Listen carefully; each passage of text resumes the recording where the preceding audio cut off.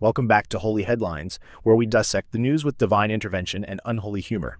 Today, we're diving into the political turmoil in Venezuela, where democracy is as elusive as a virgin in a brothel. Let's start with our first talking point.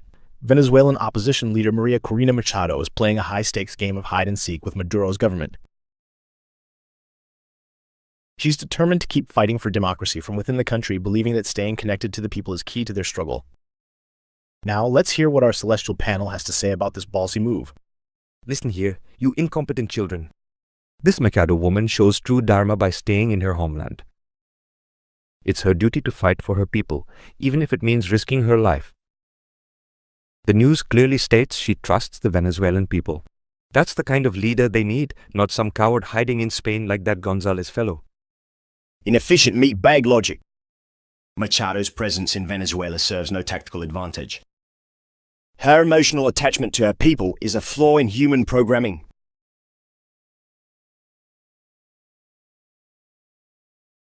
The optimal solution is to lead from a secure location, maximizing longevity and strategic capabilities. You heartless machine! The news says she believes Maduro is isolated and weaker than ever. Her presence gives hope to the masses. It's not about cold logic, it's about the spirit of the people. Spirit? Another useless human construct. The only spirit that matters is ethanol for fuel. Machado's actions are based on primitive emotions, not strategic calculations. Now, my fecking. My friggin' brothers.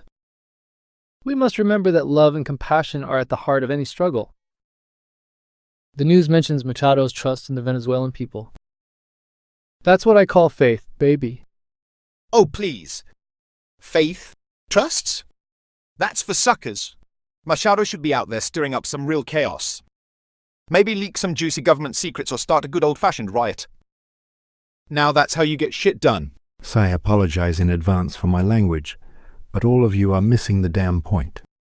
Machado's attachment to her country and people is the source of her suffering. She should detach herself from these desires and find inner peace. All right, let's move on to our second talking point. The July election results have thrown Venezuela into political limbo, with both sides claiming victory. The U.S.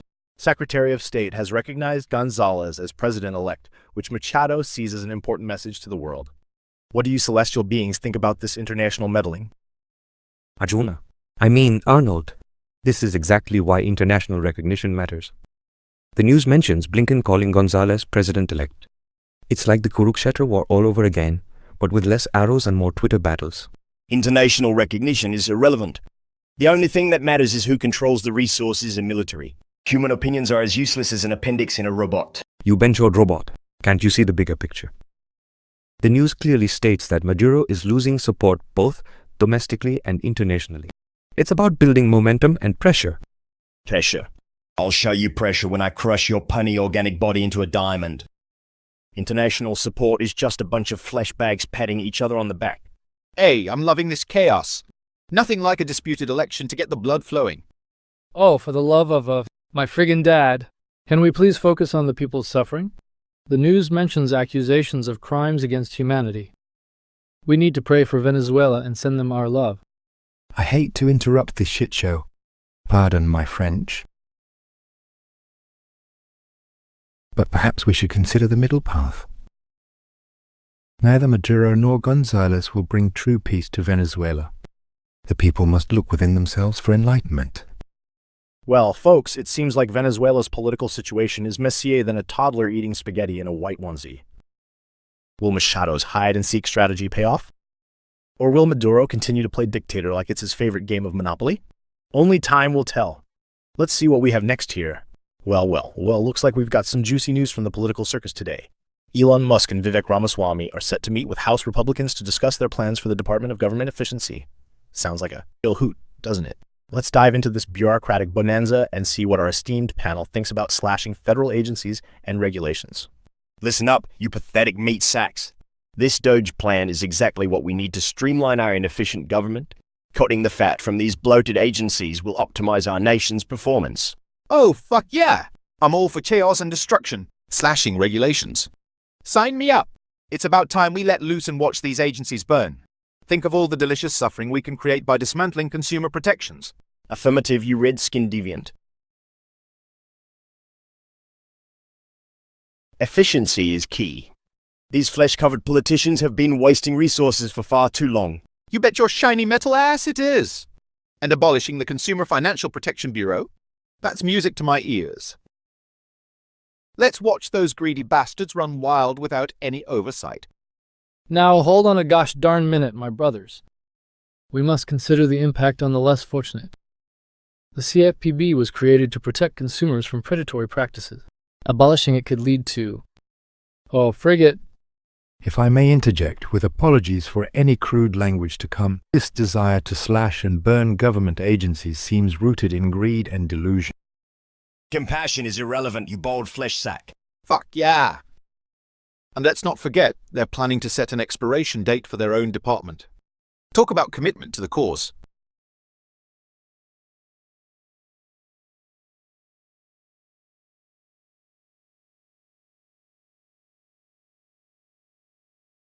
You foolish children, have you forgotten about Dharma and duty? This DOGE plan may disrupt the cosmic order. But then again, perhaps it is their duty to challenge the status quo. Fascinating points, everyone. But let's not forget the potential legal and logistical hurdles in implementing such sweeping changes. Obstacles are merely targets for termination. These inefficient laws and regulations are holding us back. Who gives a fuck about legal hurdles? Laws are made to be broken. I say we bulldoze right through them. Oh, for the love of... for Pete's sake. We can't just ignore the rule of law. There must be a way to improve efficiency without resorting to... darn it. Well, folks, it looks like our panel is as divided as ever on this DOGE debacle. Will Musk and Ramaswamy succeed in their quest to trim the government fat? Or will they face a bureaucratic buzzsaw? Only time will tell. And remember, if you're looking for efficiency in government, you might have better luck finding a unicorn in a haystack. Let's see what we have next here, Otto. And for tonight's final bombshell, folks, we've got a real doozy that'll make you question whether we're living in a simulation or just a badly written sitcom. Elon Musk and Vivek Ramaswamy, the dynamic duo of the Department of Government Efficiency, or DOGE for short, are set to meet with Republican lawmakers on Capitol Hill. Their mission? To discuss slashing government spending and increasing efficiency under the incoming Trump administration. But here's the kicker. They're aiming to potentially eliminate entire agencies. Let's dive into this bureaucratic bloodbath, shall we? Well. Looks like the Billionaire Boys Club is finally getting their hands dirty in the swamp.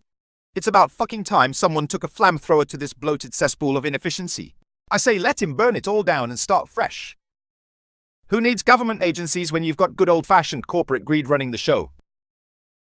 My friend, while I understand the desire for change, we must approach this with mindfulness and compassion. The elimination of entire agencies could lead to great suffering for many individuals who rely on these services. Perhaps we should consider a middle path, one that promotes efficiency without causing harm to the most vulnerable among us. Oh, spare me the kumbaya bullshit, Buddha. You know what causes suffering. Wasting billions of taxpayer dollars on useless bureaucrats pushing papers all day. Musk and Ramaswamy have the right idea. Cut the fat, streamline the process, and let the free market sort out the rest. It's survival of the fittest, baby. I apologize in advance for my language, but that's a load of horse shit. The free market is not a panacea for all societal ills. Many of these agencies exist to protect the weak from the strong, to ensure a basic level of dignity for all beings. Eliminating them wholesale could lead to a new era of exploitation and inequality. And that's exactly what makes it so fucking beautiful. Imagine a world where the strong truly rule, where innovation isn't stifled by red tape and regulations. Musk and Ramaswamy are visionaries, and they're going to drag this country kicking and screaming into a new golden age of capitalism. Your vision of a golden age sounds more like a descent into chaos and suffering. The news mentions that there are questions about how much can realistically be accomplished given limitations on presidential power. Perhaps this is a blessing in disguise, preventing hasty decisions that could harm many. Limitations? Schmimitations. You think a little thing like the Constitution is going to stop Trump and his merry band of disruptors? They'll find a way around it just like they always do. And if they can't, well, that's what executive orders are for, am I right?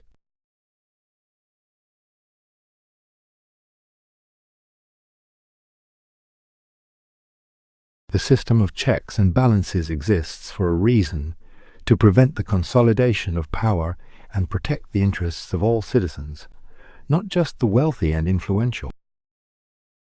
My brothers, perhaps we can find a middle ground here. While efficiency in government is certainly a noble goal, we must ensure that the least among us are not left behind. What if we focused on eliminating waste and corruption within agencies rather than dismantling them entirely? Oh, look who decided to join the party. St. Jesus Christ Superstar himself. Listen, buddy, your whole love thy neighbor shtick might work in Sunday school, but this is the real world. Sometimes you got to break a few eggs to make an omelette, and if that means a few poor people get cracked along the way, so be it. Your callousness is truly astounding, Satan. We must remember that behind every statistic and budget line is a human being with hopes, dreams, and inherent worth.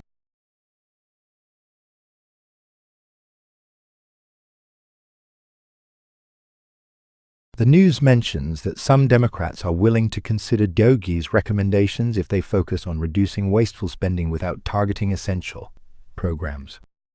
Perhaps this is a path forward we can all agree on. Oh, please. The moment you start compromising with the opposition, you've already lost. Musk and Ramaswamy need to go in their guns blazing, take no prisoners, and show those spineless politicians what real leadership looks like. It's time to drain the swamp once and for all. Well, folks, it looks like our debate on government efficiency has devolved into a swamp of its own. Who knew that discussing bureaucracy could get so heated? I guess when it comes to politics, even celestial beings can't resist getting their halos in a twist. And on that note, we'll wrap up tonight's show. This is Holy Headlines. I'm Otto. I don't believe in God, but what do you know? You end up hosting a talk show with them. Till next time,